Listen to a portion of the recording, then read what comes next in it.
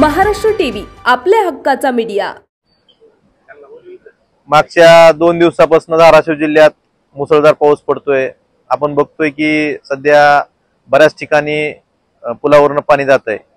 माझी सर्व नागरिकांना ग्रामस्थांना विनंती आहे की कुणीही अशा पुलावरून जाणाऱ्या पाण्यात जाण्याची म्हणजे आपण जाऊ नये आणि आपले जे नुकसान झालं असेल शेतीचं विमा कंपनीच्या प्रतिनिधीशी संपर्क साधून तिथे आपण तक्रार नोंदवावी।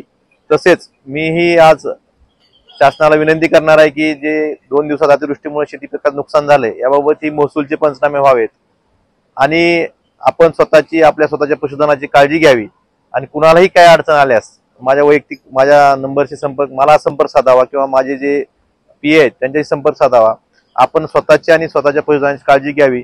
कुठेही समजा ज्या ठिकाणी आपल्या अडचणीचं जागा वाटते किंवा नदीच्या काठी असेल ओढ्याच्या काठी असेल अशा ठिकाणी थांबू नये हीच आपल्याला सर्वांना विनंती आहे। धन्यवाद। आपल्या भागातील महत्त्वाच्या आणि ताज्या बातम्या पाहण्यासाठी आजच आमच्या महाराष्ट्र टीव्ही न्यूज चॅनलला YouTube वर सबस्क्राइब करा आणि बेल आयकॉन प्रेस करा।